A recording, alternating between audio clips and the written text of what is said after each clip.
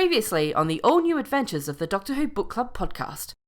I have distracted you from bringing the exciting news of what we're reading next month. Well, Chris, 8 or 11, and Yes. Let's continue our thread of the 7th Doctor is somewhat diminutive and similar to the 2nd Doctor, Yes. and the 2nd Doctor wore a bow tie, and Matt Smith wears a bow tie, Yes. so we are going to go for an 11th Doctor book, Borrowed Time, by renowned author Naomi Alderman. Ooh. And it was originally published in 2011, Yeah. but was republished in 2018 and is also available on audiobook read by Meera Syal. Ah. So Okay. for June, Yeah. Borrowed Time.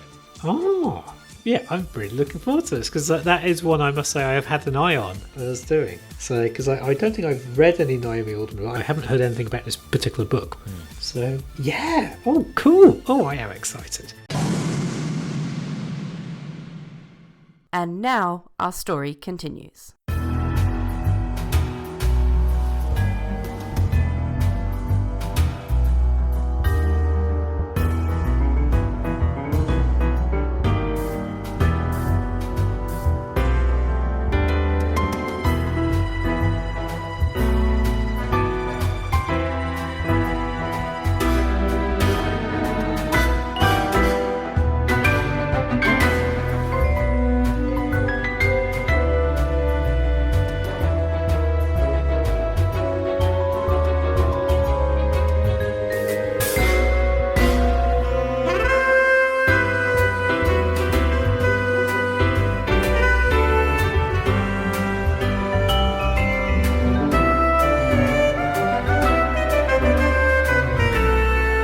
Welcome, everyone, to the all-new adventures of the Doctor Who Book Club podcast. This is Matt in Minnesota. Chris in South London. How's it going, Matt? It's going quite well, Chris. We are already halfway through a new season of Doctor Who since we last spoke. Yeah, utterly bizarre. With a short season, what have you been making of the new episodes? So I am relieved that Boom and 73 Yards, which is where we've got up to, folks, were less out there. Experimental, perhaps? Well, I mean, 73 Yards was still experimental in its own way, but Space Babies was kind of a bit too fantastical, yeah, for my liking. I just didn't care for it. And whilst I enjoyed The Devil's Chord, I was kind of going, oh, we are leaning quite heavily into fantasy, but seemingly not in a fairies way until... I almost feel it's like, instead of the RTD2 era, it's the Graham Williams 2 era. Yes, it is a bit. Though I watched Boom on a mobile phone at 5 o'clock in the morning in a hotel room, and I have to say I was utterly gripped, and it is the first time in years that I have rewatched an episode. So I adored Boom. So what have your thoughts been? I've really enjoyed it and have appreciated how unique and different each of the episodes have felt. Although, in my mind, it feels like they're using a lot of concepts that were first developed for Sarah Jane Adventures, such as like the curse of Clyde Langer and everyone he talks to hating him, and Skye being a magical orphan, and Yeah. the Sarah Jane Adventures had the Pantheon of Discord, and now in Unleashed, RTD's referencing the Pantheon of Chaos. But with that said, I think it's probably an unconscious or thematic similarity, and because I'd be very surprised if it was actually the trickster who dropped Ruby off at the church in Ye Olde 2004. I don't think that's where the story's going. I have read speculation that is where the story's going. Yeah, I don't know that he would dust off the trickster No. as opposed to create something or someone new. But Yeah. this whole era reminds me of the Graham Williams era in terms of risks being taken with the breadth of storytelling, but now with the budget to pull it off for the most part.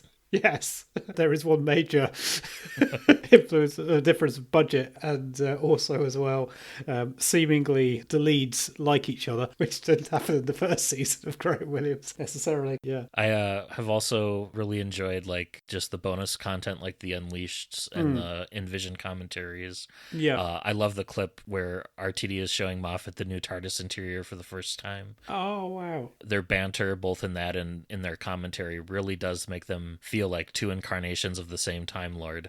And speaking of that Envision commentary, I'm anxiously awaiting a physical reprint of the Pertwee Burgers takeaway menu in a future edition of Doctor Who magazine. Right. I have not watched any of the Unleashed yet for the new season. Oh, well, apparently John Pertwee ran a takeaway shop for 6 years in the 70s Really? that no one knew about, even though it had been mentioned in DWM before and Okay. also in his autobiography, Moon Boots and Dinner Suits. So Yeah. Josh Snares had done a short video kind of exploring the history of Pertwee's Burgers. So I do Wow. recommend that. Okay. There's even T-shirts you can get now from Redbubble that have the logo and stuff. Okay. I went to the season premiere. Jeff Elston down the road had a party, and it was a lot of fun. And he hosted a premiere for The Woman Who Fell to Earth some 6 years ago. It seems like it was yesterday. And then going to Bill's house for the finale in a couple weeks. But yeah, it's such a short season. Yes. And of course, it's season 1 now. And on the note of renumbering, I've kind of started thinking of Doctor Who like a long-running comic book series. Yes. Where volume 1 is the classic series. I throw in a volume 2 of the Wilderness Years, and then volume 3 being New Who Through the Giggle, and this is now volume 4 or volume 3, depending if you count Wilderness Years separately. But we are a book club podcast, so I tend to call that its own era of the show. Yes. Yeah. Oh. But yeah, overall, I'm enjoying it, and it's refreshing to have. I feel like this is what Chibnall wanted to do with his first season in terms of not having any returning monsters or villains, but with the budget that they have now, it feels special. Yes. I'm enjoying it. Yes. And also, as well, it's better written than the Chibnall era. Yeah, I think you're right. It is special, though. I must say, I laughed really hard when 73 Yards suddenly took an unexpected turn into election commentary. Got all years and years there. Yeah, it was Doctor Who does years and years, but also as well, given that we have a general election that was kind of announced in the week leading up to that episode. I imagine that some people in the BBC are just waiting for the Daily Mail, etc., to lay into them, and maybe they already have. Or maybe they're like, oh, we're glad this episode came out now, because otherwise it may have been held for re-edits or something. Yeah. We have a bit of book news to share. So first of all, shout out to the state of Minnesota for passing a ban on book bans in the state in the most recent legislative session. Yay! Which is something that a lot of southern states are having to grapple with, and we just decided to ban book bans entirely, so yay for that. Some updates on the Icons celebrity historical books that we first talked about. Originally, there were supposed to be 3 books all coming out in October, but 2 of which have since been delayed in classic Doctor Who publishing fashion. So the series is now going to launch with the 13th Doctor meeting the artist Frida Kahlo in Mexico City.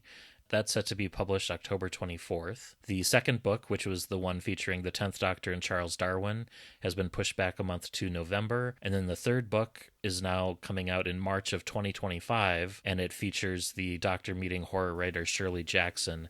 And that one has been confirmed as featuring the 15th Doctor. Cool. Good. And then, of course, we've got the trio of original books with the 15th Doctor and Ruby coming out, one of which is available now. So Ruby Red by Georgia Cook came out on June 13th. Caged by Una McCormick is due out on June 27th. And Eden Rebellion by Abby Falas will release on November 14th. And then the latest in the Penguin crossover classics line, Doctor Who in Wonderland, it has been confirmed Paul Mars is writing it. It's also been confirmed as a 5th Doctor story. The cover's been released. It features Tegan looking rather forlorn, playing croquet with the Queen of Hearts on the cover, and that's out on July 25th. Right, okay. And then some new episode novelizations have been announced. No word yet if these will be Target-style paperbacks or if they will remain in the hardcover style that the Church on Ruby Road was, or both. And these are due out in August. So we have Space Babies by Alison Rumfitt, Rogue by Kate Herron, which we haven't seen yet, and 73 Yards by Scott Hancock. Oh, okay. And then finally, it looks like Bonnie Langford will be the latest actor to contribute to a novel, similar to efforts previously by Sophie Aldred and Alex Kingston. It's called Death in the Stars, a Melanie Bush mystery, and it will be available in both hardcover and audiobook, read by Bonnie Langford herself, due out August 22nd. And of course, the title being a play on Death in the Clouds. Mm. And it looks like this one features a contribution, probably a sizable one, by Jacqueline Rayner. Okay. And it includes Melanie and Sabalam Glitz. So maybe we get the tale of how Mel came back. Yes, I was wondering if we were going to dive into Glitz with that. Okay. Cool. And this month we are reviewing Borrowed Time by Naomi Alderman. But first, we have Show and Tell. Yes. I think I go first. I will go first because I'm a neat segue, because I'm going for something written by Jacqueline Rayner. Cool. My show and tell this month is Doctor Who and the Pirates. I wanted to have a different take on a musical episode. This is a Sixth Doctor and Evelyn Smythe tale that has a soupçon of the Pirates of Penzance about it. And it is brilliant. It's hilarious and dark. Yeah, it gets very dark. Yeah, very dark. I think I had tried listening to it a fair few years ago and didn't quite get it. And I think I'd given up after about 10 minutes, finding the narrative framework slightly frustrating. But stick with it, and it just goes places. And it was excellent. Yeah. And I think that might be one of the ones available on Spotify for free, if it was one of the first 50. Yes, it was one of the first 50, so I suspect it is out there. Goodies fans will be delighted to hear that Bill Oddie is in it, really hamming up proceedings as a Red Jasper. It's such a good story. Yeah, anything with the Sixth Doctor and Evelyn, I really enjoy that combination. Yeah. I was fortunate enough to have met Maggie Stables once at a Farscape convention, of all places in Chicago. Yeah, she was fantastic. Excellent. Right. So what do you have for show and tell, Matt? So for show and tell, I'm going to talk about the relatively recent book that came out for the 60th anniversary specials, which is the deluxe illustrated version of Rose by Russell T. Davies, which is illustrated by Robert Hack. And it's the second in a series, the first being the original David Whittaker Dalek tale, which I think I used for a previous show and tell. And the illustrations are just gorgeous. It's hardcover, thick pages. It's definitely like a coffee table book. And Rose is something that I've seen probably a dozen or more times at this point. And it just has some great moments in it. It begins with Rose recalling meeting a drunk guy at New Year's Eve. So the scene from The End of Time kicks off the novel. We get Chief Electrician Wilson's backstory and how he was embezzling lottery money. Some fantastic images depicted, including a lot we weren't shown in the actual episode, such as Mickey's band getting attacked. If you didn't know, Mickey is a music artist who is in the Bad Wolf Band. Okay. We have a scene from the Time War showing the Nestine consciousness attacking a fleet of Dalek saucers in space, which is just brilliant.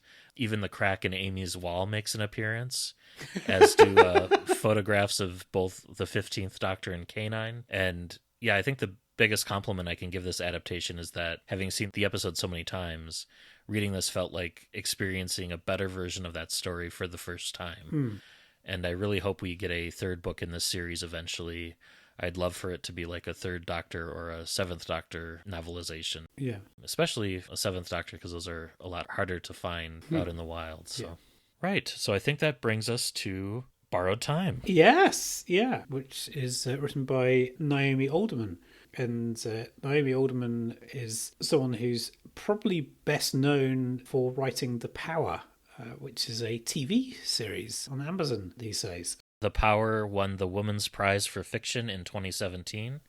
And the production company that brought it to Amazon Prime is the same production company that made Broadchurch. Oh, okay. So another Doctor Who connection there. Yeah. This is the only Doctor Who that she's written, though she's written a few different kind of games, including Zombies Run, which is a fitness game, which I've actually played, but like quite some time ago, so I can't quite remember it, especially. She mentions in her about at the end that her first episode watching Doctor Who was The Robots of Death, which her mom rented from Blockbuster Video, and no telling if it was the VHS or the DVD. My guess is it was the non-special edition DVD from 2000 or 2001, but it could have also been the VHS.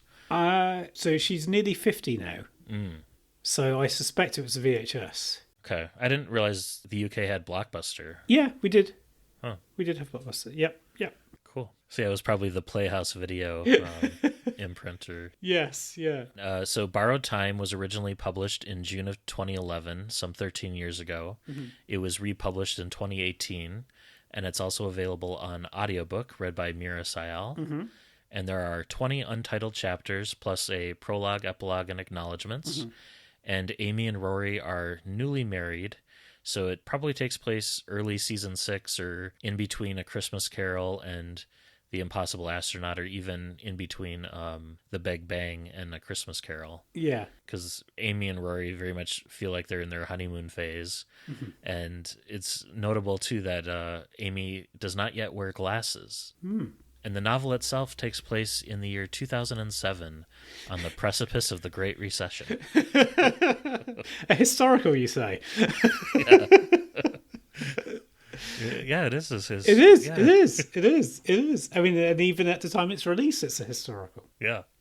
It's quite bizarre. So you've got the 11th Doctor and Amy and Rory running around 2007 London at the same time as the 10th Doctor and Martha. Yes. Yes. The book also opens with 2 quotes. One is attributed to Einstein, which says that compound interest is the most powerful force in the universe.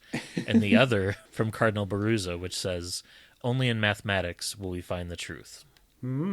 Yes. Right. Shall we get started? Yeah. So we begin with the prologue, which opens in a darkened room with windows too high for a human to see through. But if they could, they'd see 3 red moons in the night sky. And then this empty room comes to life briefly, and for a split second, there's a sensation that the room is full of people and light and crowded, and people are hustling and bustling.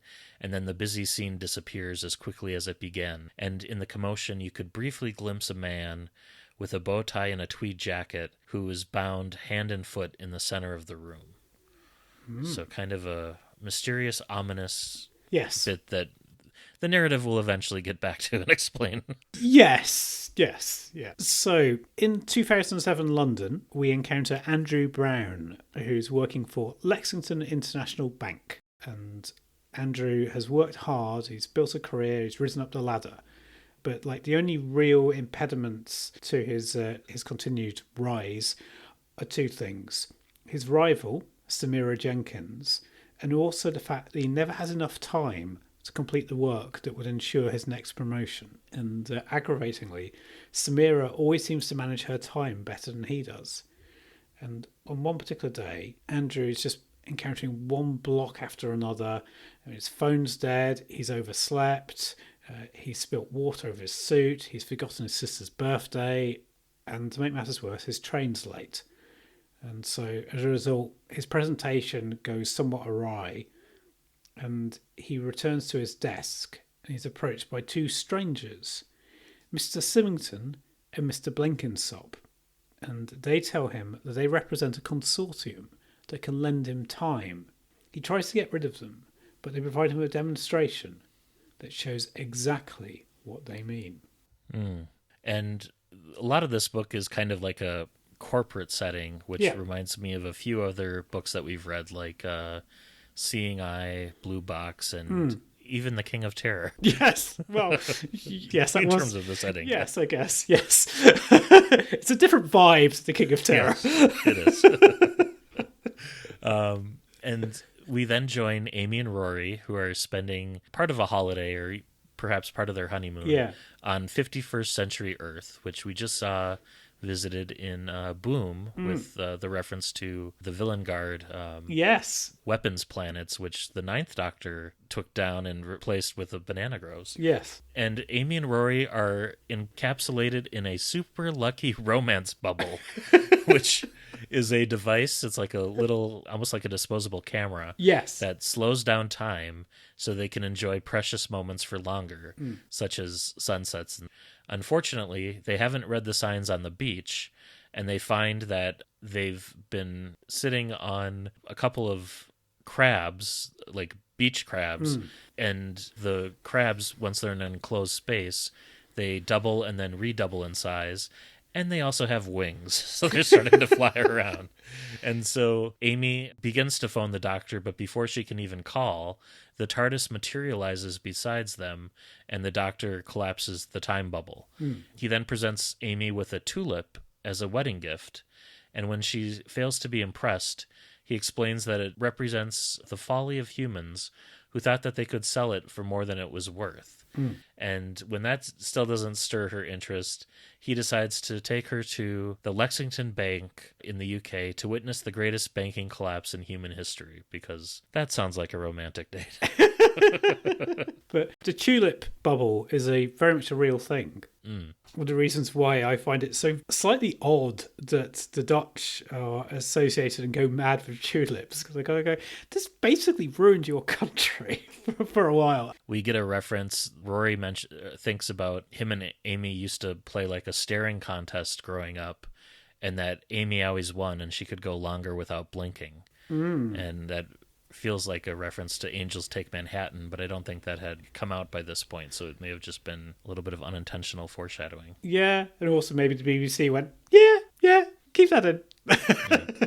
So Lexington Bank. Lexington Bank is in the square mile of London, which is referred to as the City of London, so it's the financial district. And like by and large, certainly for a book set in 2007, think old grand buildings. These days it's more and more humongous skyscrapers. I took a ghost tour of the square mile when I was in London, and that's like the city proper as it was like in Roman times, right? Yes, so you've got so it's within when we talk about the City of London, it's within, I think, the Roman wall. So down the basement of Lexington Bank, there's a maze of storerooms, and this is where the TARDIS materializes. And Amy and Rory emerge wearing business suits, or basically as near as they can get, in the TARDIS wardrobe. And Rory's is like 4 sizes too big. Yes. And the Doctor takes them to a street-level door, and they walk out onto the pavement, where they see a dirty old woman huddled on the floor. And interestingly, she's wearing expensive clothes, but she just looks really tired. And Rory gives her a sheaf of banknotes, and she tells them not to go back into the bank because they will have their time stolen. The Doctor is a bit puzzled by this and asks her what she means, and the woman snaps into business mode and presses her card into his hand. And the card says that she is Nadia Montgomery, Head of Communications and Marketing. And the Doctor thanks her. Rory and Amy think that she's possibly a bit mad, but the Doctor treats her with respect. And then the three of them enter the bank, where the Doctor announces himself to the receptionist with some psychic paper, which identifies him as Dr. Schmidt, an efficiency auditor from Zurich. And Amy is passed off as his assistant, and Rory is sent off to work in the mailroom. Brilliant. And Vanessa Lang Randall, who's like the senior vice president, takes them on a tour of the building. And on the way, she shows them a huge glass sculpture that twists its way through the center well of the building, reaching as high as the 8th floor. And she says it represents their mission statement, and each strand representing the work-life balance that working for the bank brings. Yes. Yes, it's an interesting work-life balance, as you might have kind of surmised. Amy looks around at the different offices visible from the balustrade where she's standing, and like the building and its structure reminds her of a beehive. There's a chap there who's fiddling with something on his wrist and collapses to the floor of his office. And is she sure that the man is dead? And by the time they get there, the man's secretary has covered his body with a jacket, and Lang Randall says that he died of overwork. Well, the Doctor examines the man, but there's no evidence of a watch or anything attached to his wrist. And despite this, the Doctor tells Lang Randall that she's messing with some dangerous forces, and she's really perplexed by this and isn't sure what the Doctor's talking about, and invites him along to her next meeting. Meanwhile, in the mailroom, Rory is puzzled at just how much work is being generated by Andrew Brown and Samira Jenkins. And Andrew's the guy we met earlier who was having the bad day. Yes.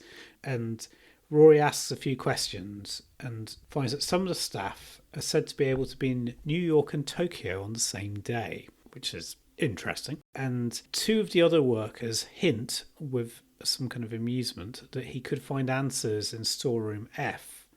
And when he gets there, he feels an odd tingling sensation. And the door slams behind him and there's a fluttering noise.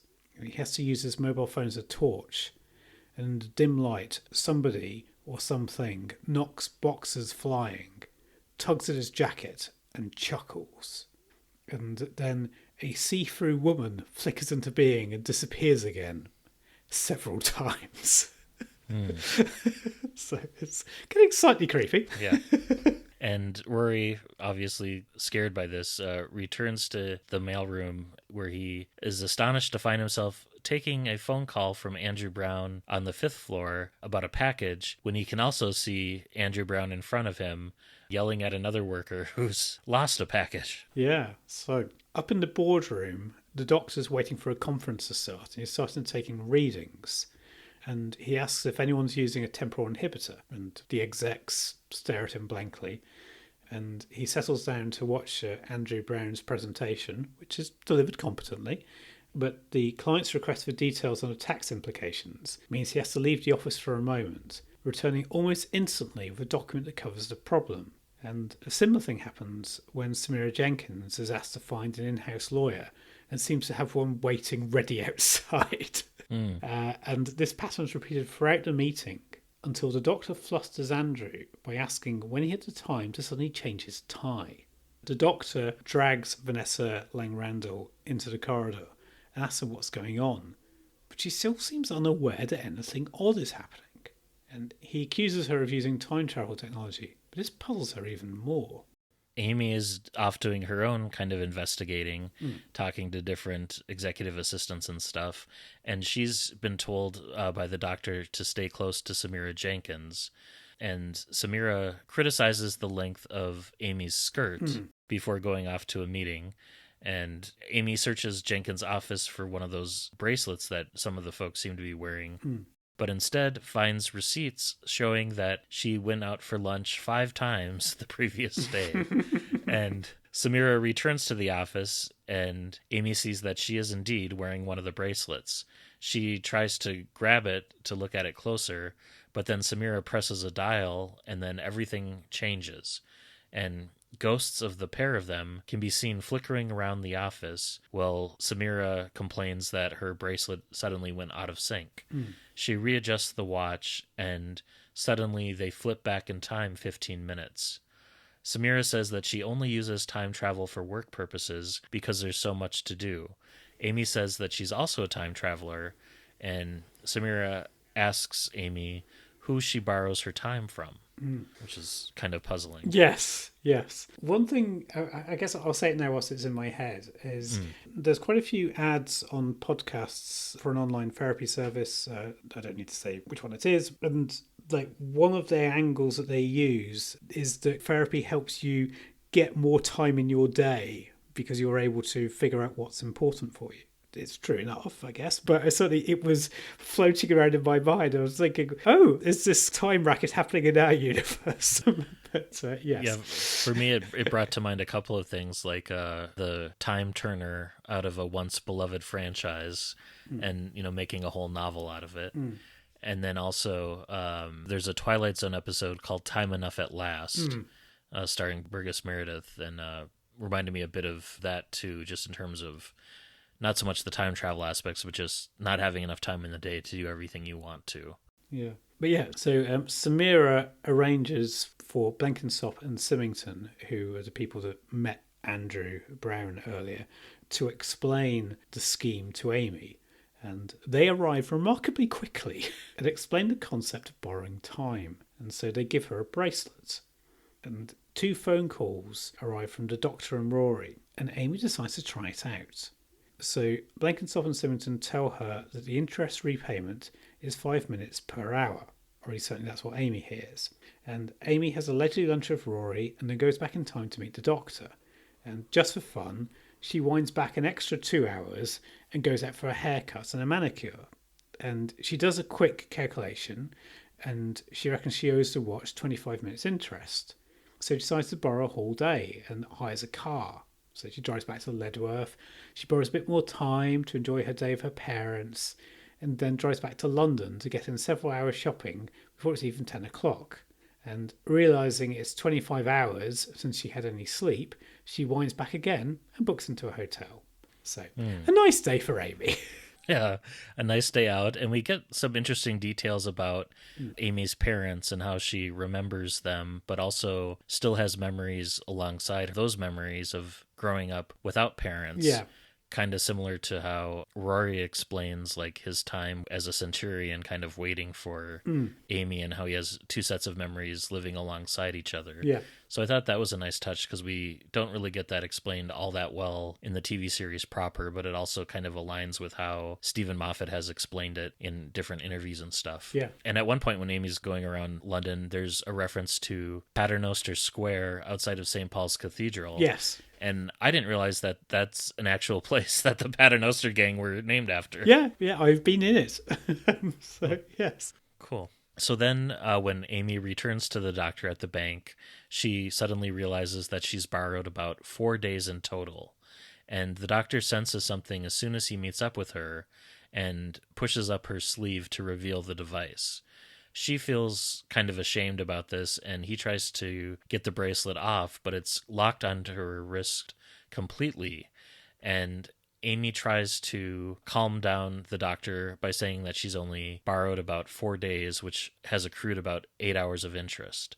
And this brings us to our dramatic reading for the month, which is a short excerpt from the audiobook read by Meera Syal, who's probably most well known for The Kumars at 42, although I first encountered her playing a PE teacher in the 1996 film adaptation of Beautiful Thing, which was directed by Blink's Hetty MacDonald.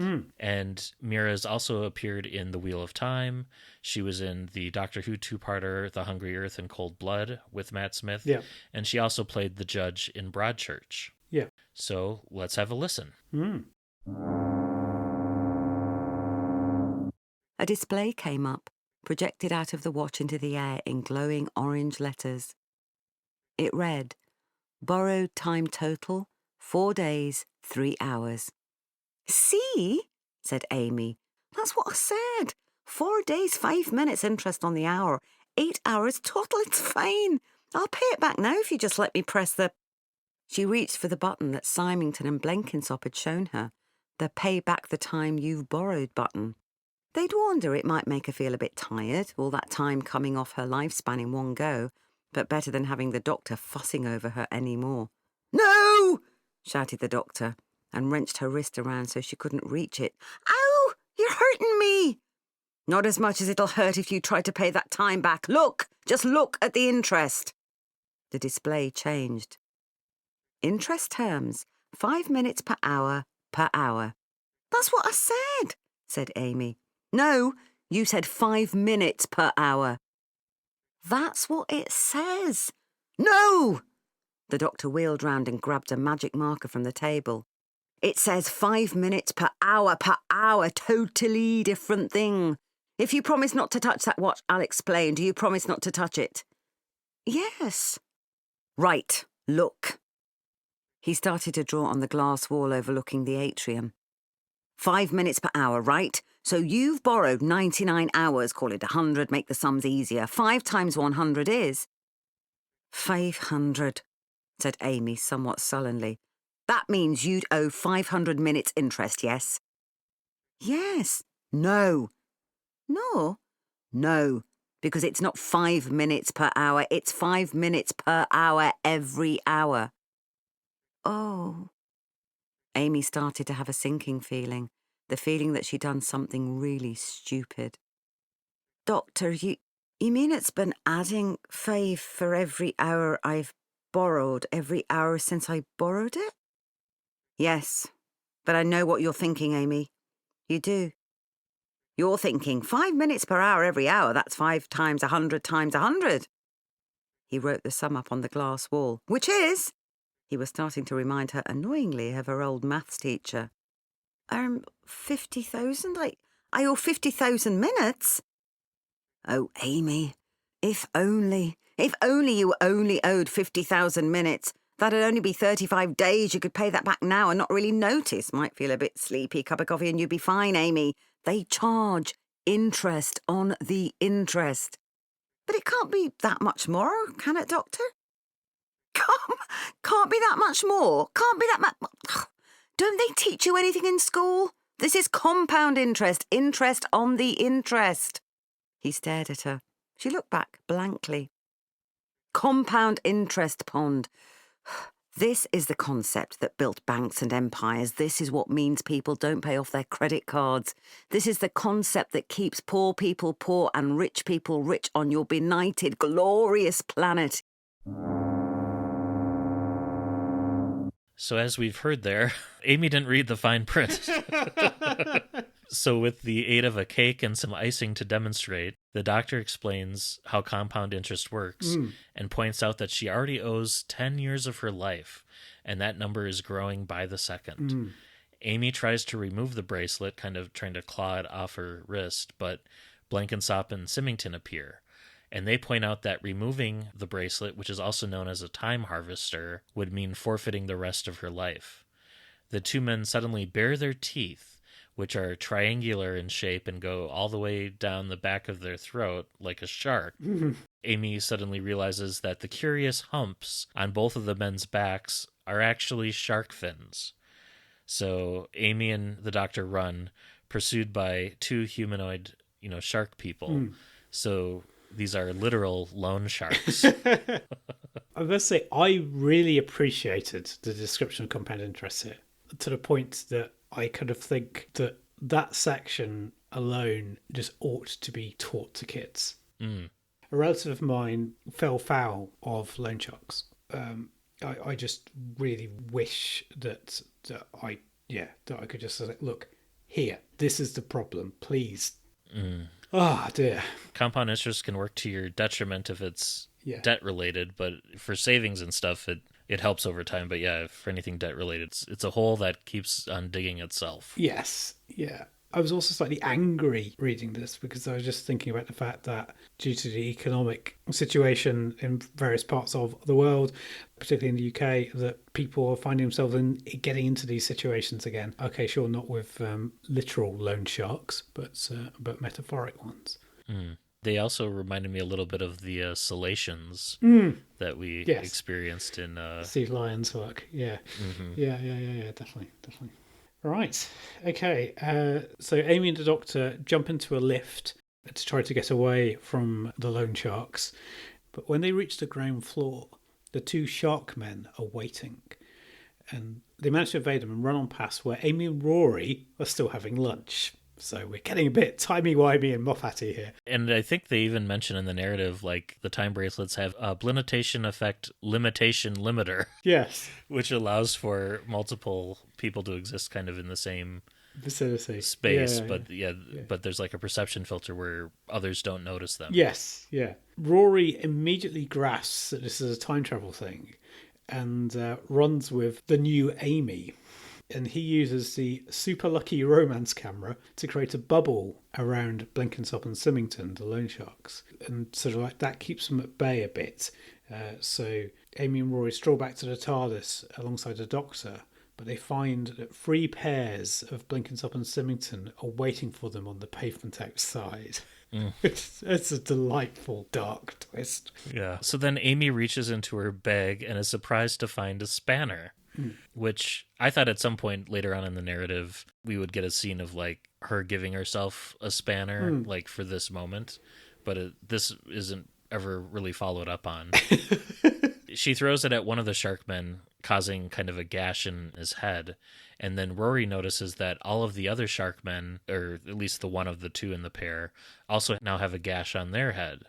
And then the old woman in the street that they met earlier, Nadia, kind of steps into the midst of all this, and Rory sees that she also has a watch like Amy's, except this one is sort of fizzing like a firework or a sparkler.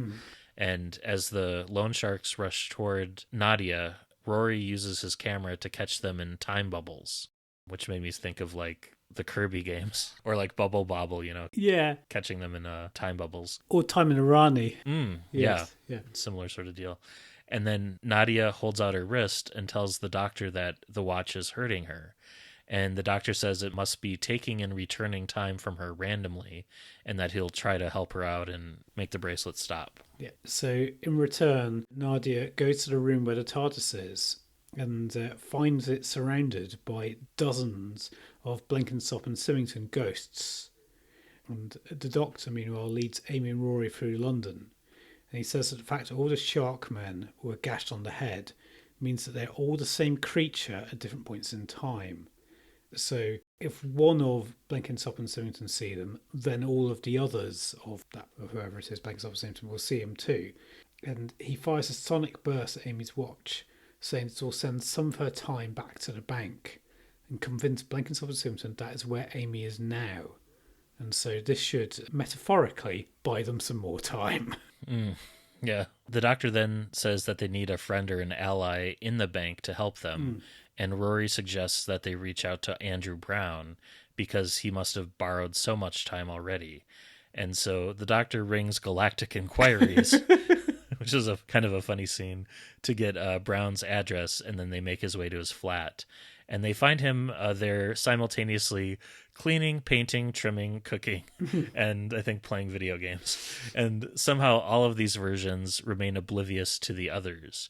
And the doctor approaches the one cleaning the car and asks how much time he's borrowed. And Andrew says that he's tried to pay back time as soon as possible, and he only owes a couple of weeks.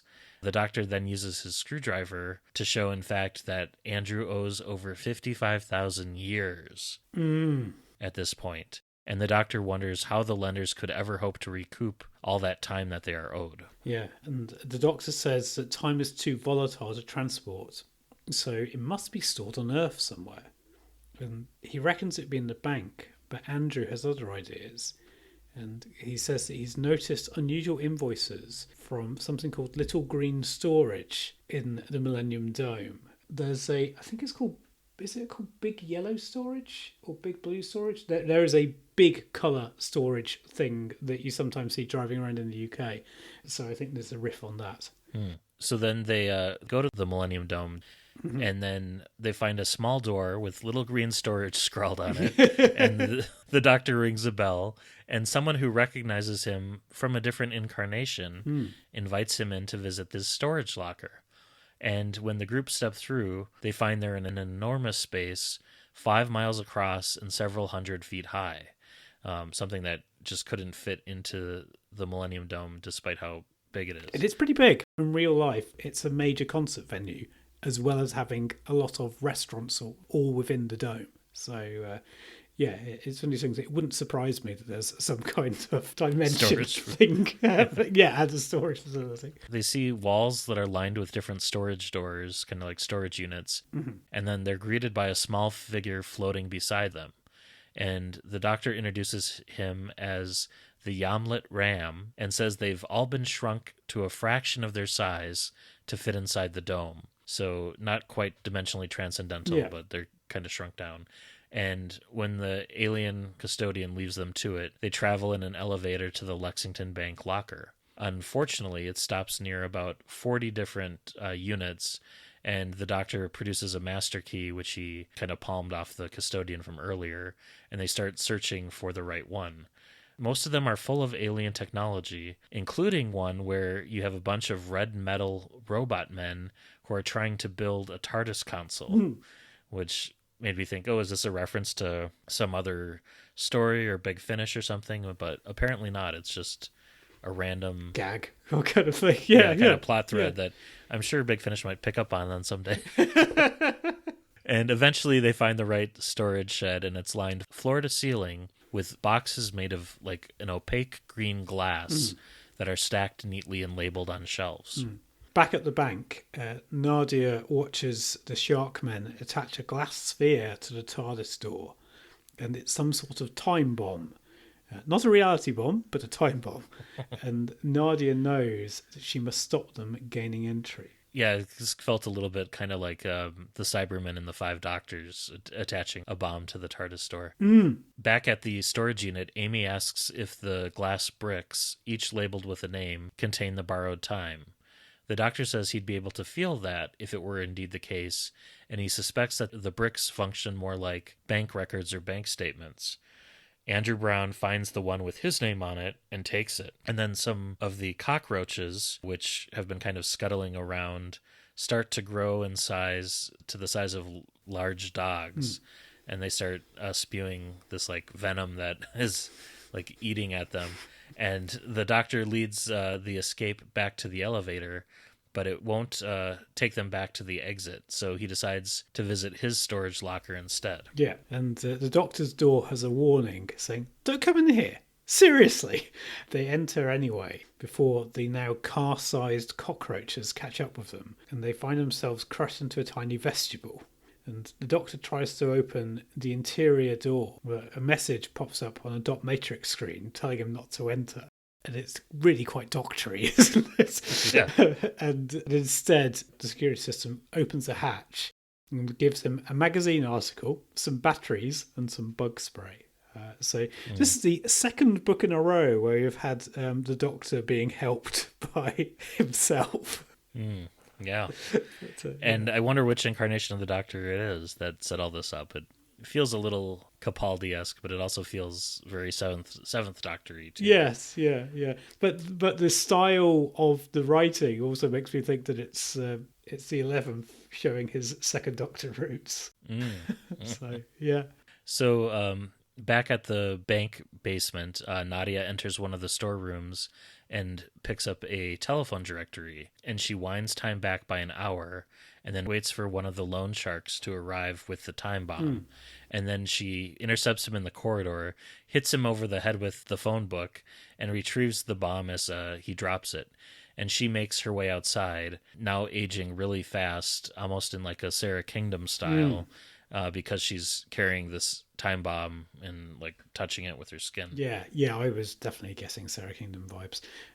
So Andrew Brown, the other bank worker that we're spending time with, winds back time to create more and more versions of himself, each armed with bug spray to kind of like take on the cockroaches. And he opens the door and launches an assault on the giant creatures. And this is like special alien bug spray. Yes. Or future bug spray. Yes. It's not like, No. And when they're all dead, Yamala Ram appears, so kind of like the custodian. And he says that despite the Doctor being such a lucrative client, he couldn't be shown any favours. And so he guides them to the exit. And outside, returned to normal size, they find it's daylight. And Andrew decides to try to smash his glass brick to find out what will happen. But Rory stops him. And Rory shows him a note on the underside saying that the brick should be returned to the office of Vanessa Lang Randall of Lexington Bank. So the only one who can re-enter the bank safely without attracting attention from the loan sharks is Andrew. He wants to warn the other employees about what's going on. And the Doctor wants to find Nadia and take another look at her watch.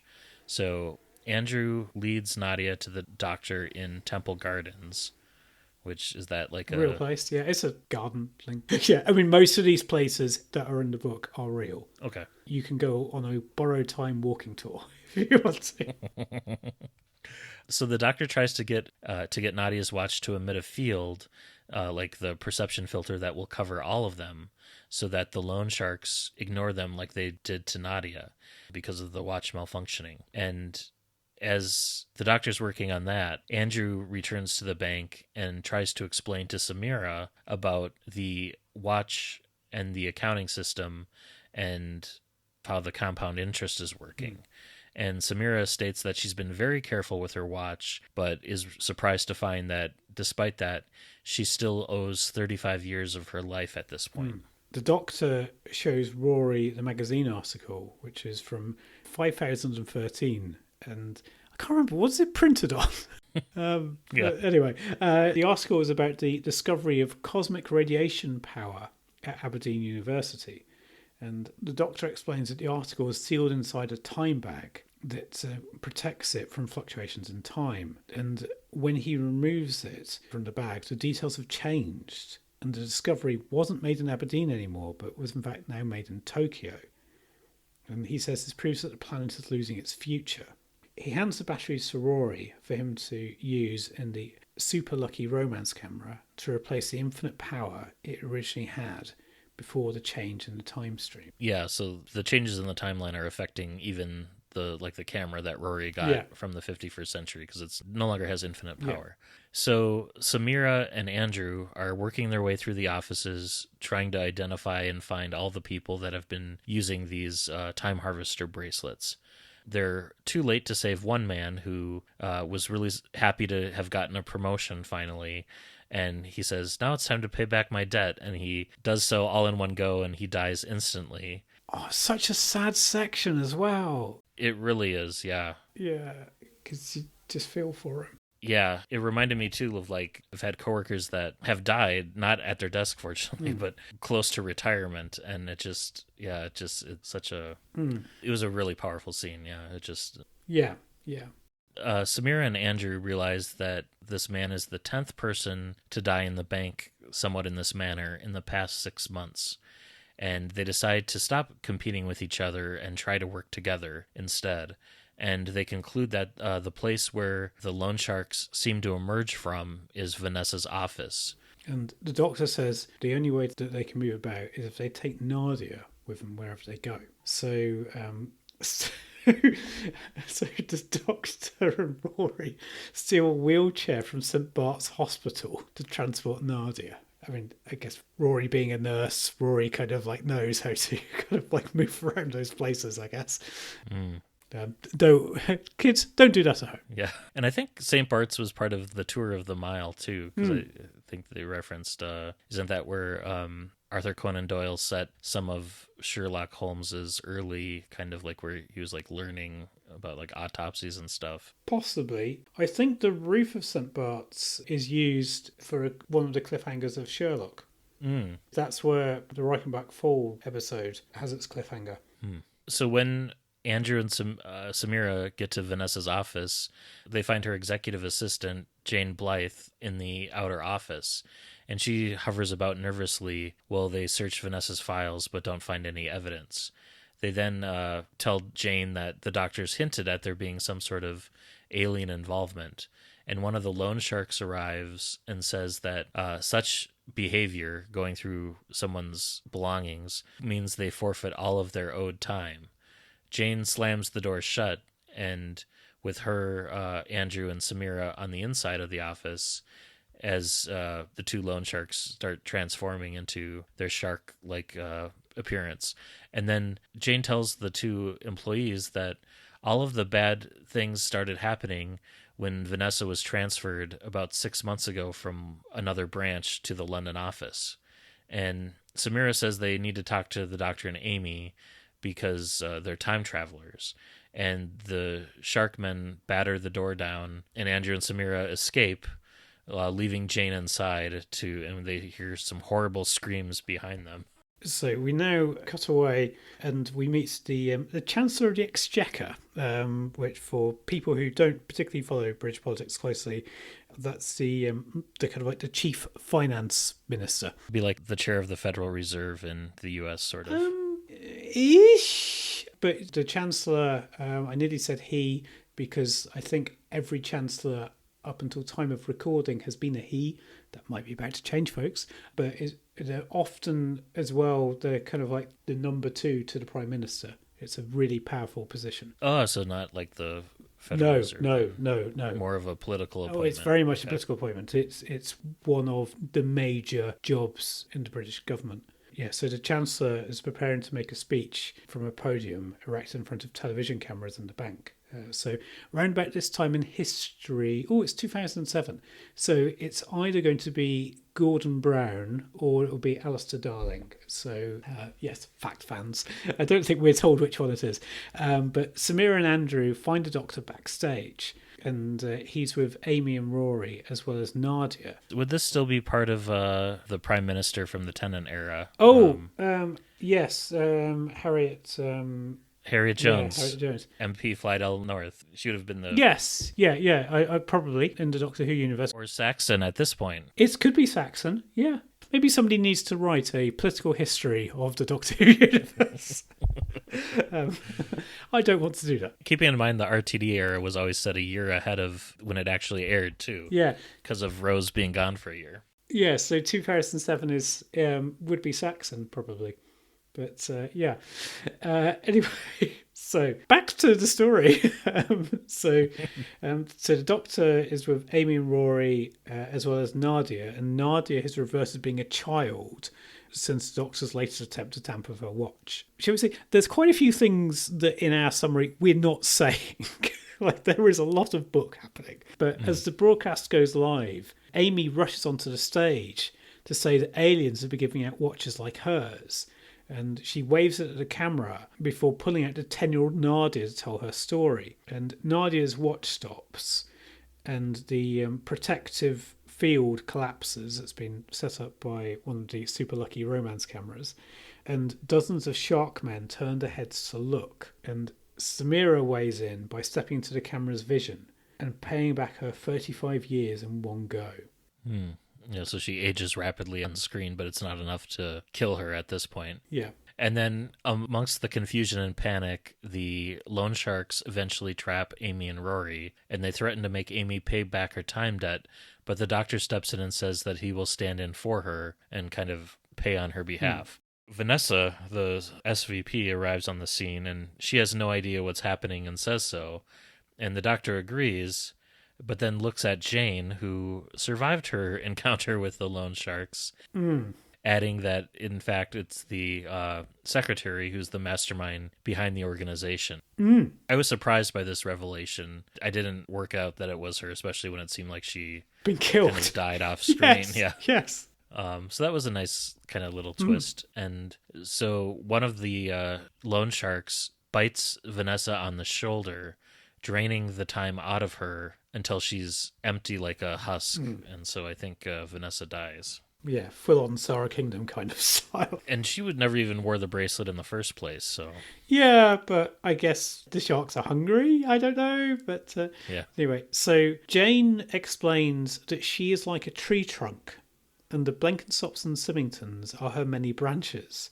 And the Doctor looks away, seemingly bored, and comments on the sculpture that dominates the atrium. So there's like this huge sculpture that we mentioned in passing earlier. And he casually says that Jane hasn't called in much of the borrowed time. He then reveals to Jane that he's a Time Lord and offers to pay Amy's debt. But he only does this after Rory's made the same offer. And the watch falls from Amy's wrist and shatters. And the Doctor says he'll take on other debts and removes Andrew's watch. And he puts it on while whispering to Amy that the sculpture is in fact the Time Harvester Liquidity Fund. So that's where all of the time is being stored. Yeah. And after the loan sharks lead the Doctor away, Amy then lets it be known to Nadia and the others there that they need to somehow destroy or smash the sculpture in order to release the borrowed time. And the Doctor's taken to a large dark hall, which is intermittently, and only for very, very small periods of time, a hive of activity. At an appointed time, the room is filled with glass bricks, and the screens flicker into life. And traders around the galaxy focus on Jane Blythe as she offers to auction the last Time Lord. And I don't think we get many descriptions of the traders. I like to think there are bandrels there.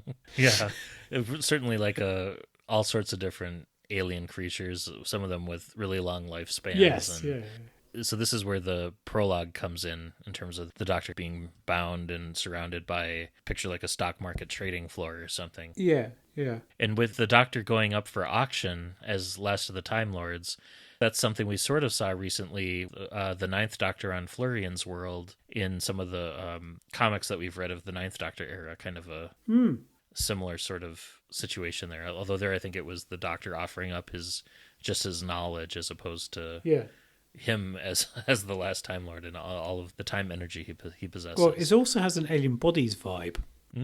Yeah, which have been published quite some time ago by the time this book came out. But yeah. Mm-hmm. Yeah. So back in the atrium, Amy, Rory, Nadia, Andrew, and Samira find the heaviest filing cabinets that they can and drag them to the edge of the balcony above the sculpture. And they're blocked by the Sharkmen, but then Amy grabs the super lucky romance camera and presses the shutter whilst she's running, thus enclosing herself and her friends in a long, kind of winding time bubble.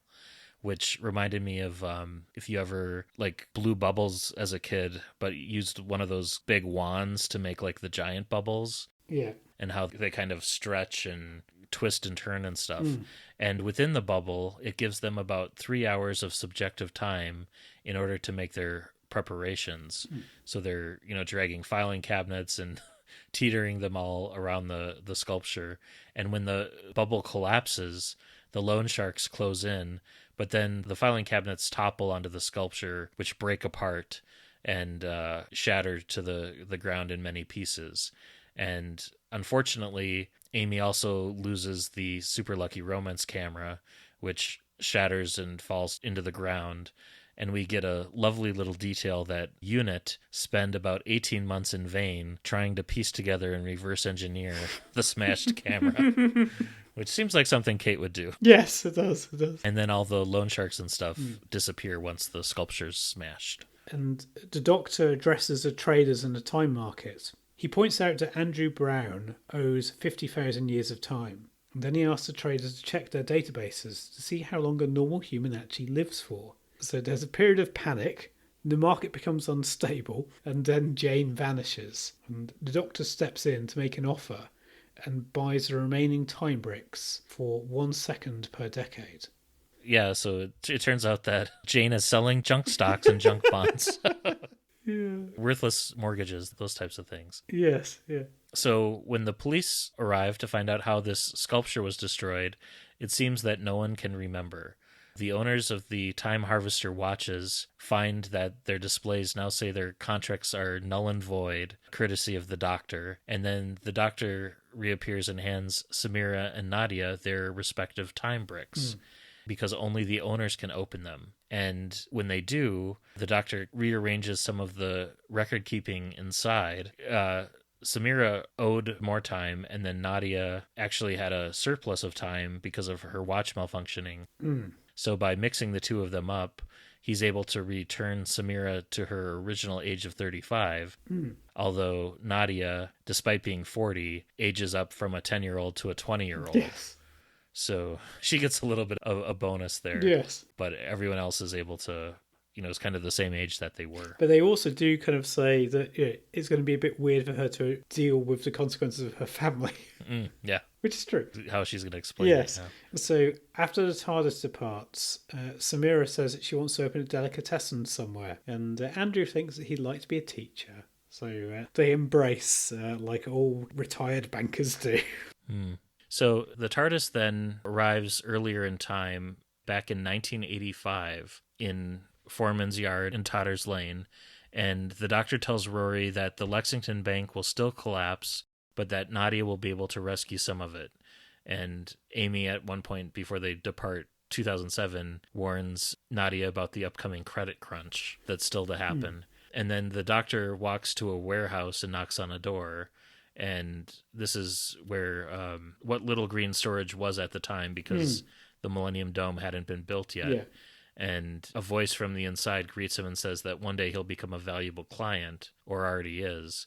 And the voice asks if the Doctor needs something added to another client's belongings, which is a little mysterious. And we also learn that the Doctor was thrown back in time to 2002 and then spent 5 years on the slow path just in London waiting for Amy and Rory so that he catches up with himself. So that seems kind of odd. And it was, I guess, fortunate that it doesn't overlap with the 8th Doctor's stay on Earth, because that ends in 2001. So the 8th Doctor leaves, and then the 11th Doctor's there for 5 years. So that was an interesting detail. Yeah, and also the 12th Doctor presumably is lurking around at university. Yeah, teaching. Yes. So That's true too, yeah. With Missy in the vault and all that. Yeah, so I think wherever you move in England in the late 20th and early 21st century, you can't help but run into the Doctor. It's like the 15th Doctor noting that he's living in 1963 in the Devil's Court. Yes, there's a sly reference to what could be Attack of the Cybermen. Because like the Doctor talks about like there are other things happening at the same time, but he doesn't want to kind of like bump into himself. Yeah. So we have an epilogue of sorts in Heemstede in the Netherlands in 1636. A tulip farmer is short of men to plant the late season bulbs, and with time short, it looks like the farm is going to be ruined. And then suddenly Mr. Verspronk and Mr. Hooghaven appear to have the solution. And they arrive carrying a special pocket watch. Yeah, so the tulip boom is caused potentially by the shark people. And that's where the book ends. So what do you make of it? I really enjoyed this. I thought it was fun. I liked how well written it was. It felt like maybe a step above some of the other books we've read. There's phrases like, here's a quote that I like. It's important to have a dream, otherwise you might notice where you really are. Yeah. It's peppered with things like that.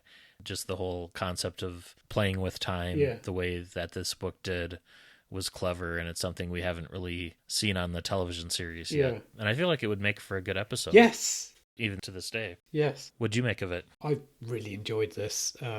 It's just so well written, and there's beautiful gags throughout, because like even though like we've explained the plot, there's lots of great things to experience, and it's good fun. I mean, at one point we appear to briefly visit Narnia. Yeah. And like the Doctor says to Rory, no, Rory, that was absolutely not Narnia. Where do you get these ridiculous ideas from? And which feels like that might be pointed criticism of the Christmas special, but the Christmas special that is a kind of a Narnia pastiche hasn't been released yet. By the time this book happens. And there's also as well another lovely gag where like the Doctor asks Rory, what's the name of the place that you keep your outdated, mostly ornamental figureheads? The ones that cost all the money in upkeep. And Rory guesses the British Museum, and then the Doctor shouts, Buckingham Palace! So, yeah. There's lots of little fun moments like that. I mean, we were talking about the Graham Williams era earlier when we were speaking about the current season of Doctor Who. This feels as if it's a modern Douglas Adams. Yeah. In places.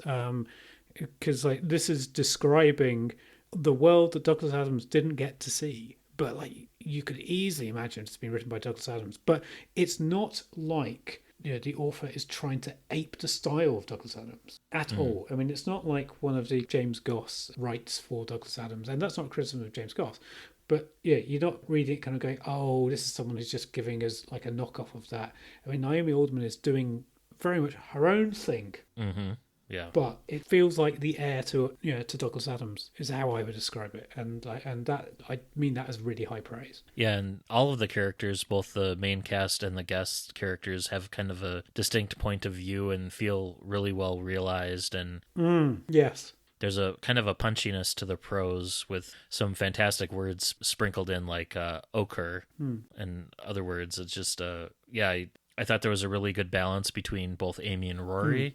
Sometimes when we read novels with the two of them, they'll focus mainly on Amy or mainly on Rory at the expense of the other. Yeah. Here, they're well balanced, although I did feel the Doctor didn't have as large of a role in this as the companions did in terms of stuff to do and investigating and stuff. Like sometimes he did feel a little sidelined. I mean, he still got a fantastic Matt Smith speech at the end in the auction. Yeah. There's a lot of great Matt Smith speeches. There were several I could just easily imagine Matt Smith delivering this.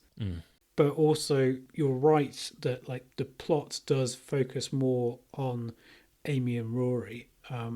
But I mean, I think it kind of like brings home like the human aspects of loans and loans going awry. And also on one level, I think Sidney Newman would approve. Because like it's really quite educational. Yeah, it is in that respect. And it also, like, a corporate environment can be like a really dry, stale place, to write about. And here I felt Naomi Alderman, like, you can tell, like, she's worked in offices before. Oh, yeah. And kind of gets the mundanity of it and just the kind of the day after day ness of it. And yeah, parts of this book kind of struck like an uncanny nerve. Yes. Just thinking about like borrowed time and all of that. And I think in another author's hands, that setting wouldn't have been as intriguing as it was here. Because it does run that danger of it could have been boring, but it wasn't. Yeah. I read most of this, or at least large chunks of it, in between the episodes 1 and 2 dropping and Boom. And I have to say, whilst I was reading it, I was feeling, because I was actually worried about where the show was going. Like the shooty era, because I was going, is it all going to be like fantastical every week?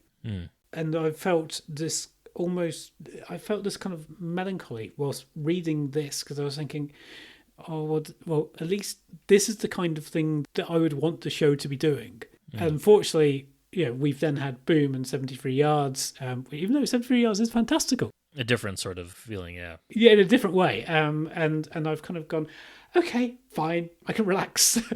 Because I was finding myself during that week kind of thinking, well, I'll always have the books. And this is a really good book. So yeah. And yes. And when it comes to like banking stories, I prefer this over, say, to Time Heist. Yeah. And it had a real like almost Sunmakers vibe and that kind of subversiveness to it. Yeah. And I feel like it could still work as a really good episode of the TV series if they chose to adapt it someday. Yeah. Yeah. And there was also that kind of a sadness and like a weariness mixed in too, and it was also fun and imaginative with the camera and all of that. Yeah. Before we start rating it, I mean, I think one of the things that struck nerve for me is that, like, early on in my office life, like, I found myself getting tired and not wanting to show it, and so I was kind of like taking a thing called Pro Plus, which you can get in the UK, which is basically a kind of like a caffeine type pill or something, just to keep myself going and not wanting to show weakness. I'm raising that because I don't think I could absolutely fall, I would imagine, for somebody saying, oh, here, have a bit of extra time. And that was the thing I just found quite chilling. I was like, yeah, I could see how I could do that. Yeah. And especially not reading through the terms and conditions. Yeah. And that as well. And like, this is how compound interest really works in 5 minutes per hour. And that's Yeah. I thought this overall very imaginative, fun, makes me want to read more from Naomi Alderman. Yeah, totally. If I had to score this, I would give it a 9 out of 10. Snap. There's a few, having that perfect balance between Amy, Rory, and the Doctor may have elevated it even more. And then there were a couple of loose threads hanging that I couldn't tell if she was maybe setting this up for a sequel. But yeah, I think a 9 out of 10. Yeah, absolutely. I mean, this is a really good book. Make no bones about it. I can see why it was reprinted. Oh, yes.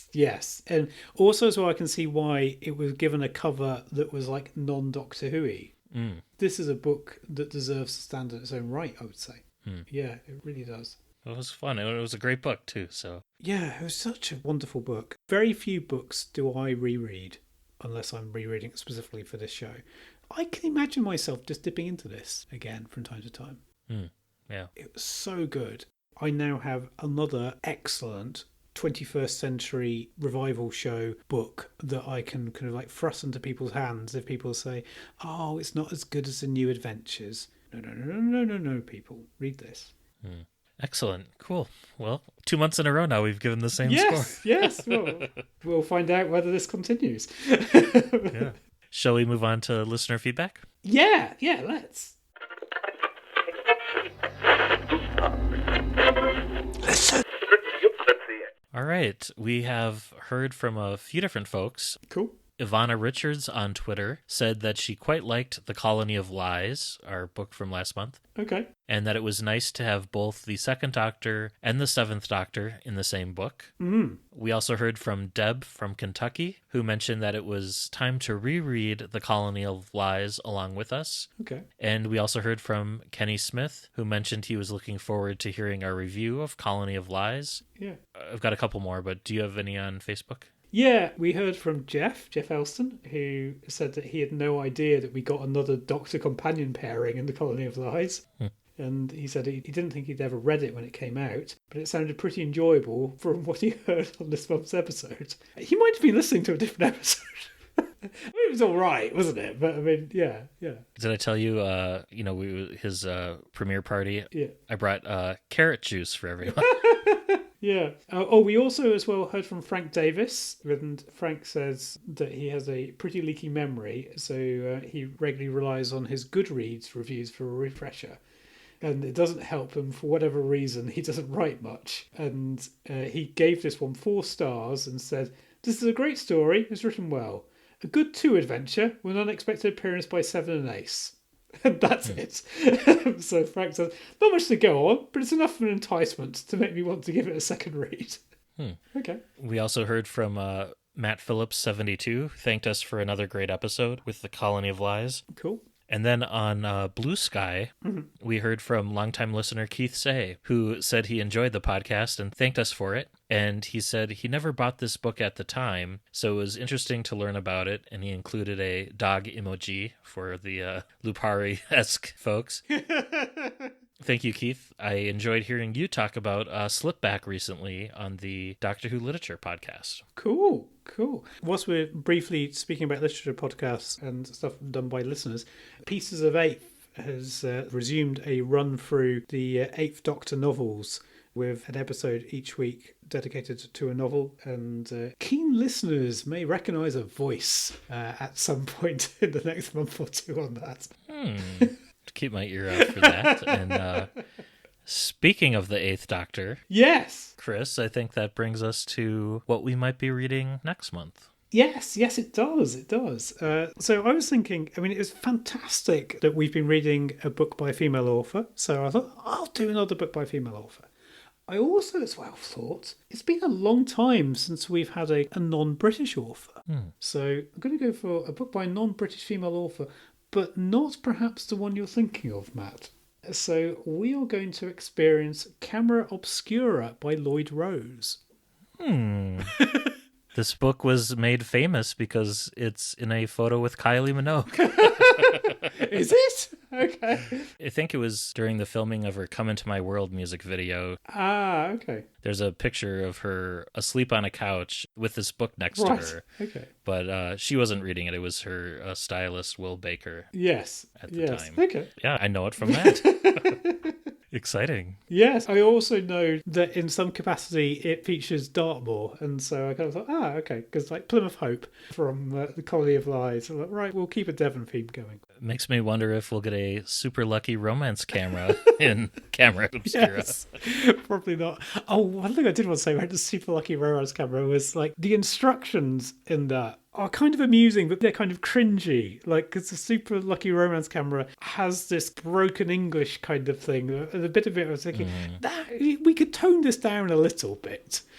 Anyway, right. Yeah, so Camera Obscura, folks. For July. Yeah, that'd be The Doctor Fitz and Angie. Excellent. Cool. Well, until next month, this has been Matt in Minnesota. This is Chris in South London. Happy reading, and stay safe, and vote wisely. Bye.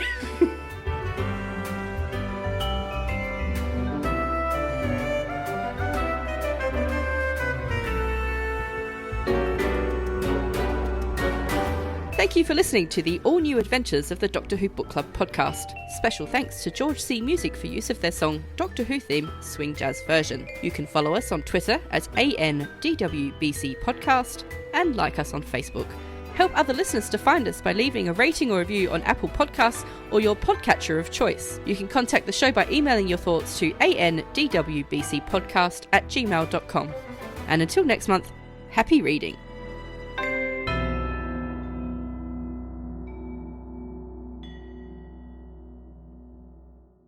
You hear me okay? Yes. Can you hear me okay? I can. Yeah, I have been awake for like 10 minutes. Oh. Because like I just sat down and then like Laura went, it's coming up to 4 o'clock. I was like, oh, okay, fine. Well, welcome. Yes, thank you, yeah. But when they reached the garden? When they reached the ground floor, actually I'll start that again. Amy and Rory, I will drink some more tea. Hello, Easter eggs. Right, Amy and the Doctor jump into a lift.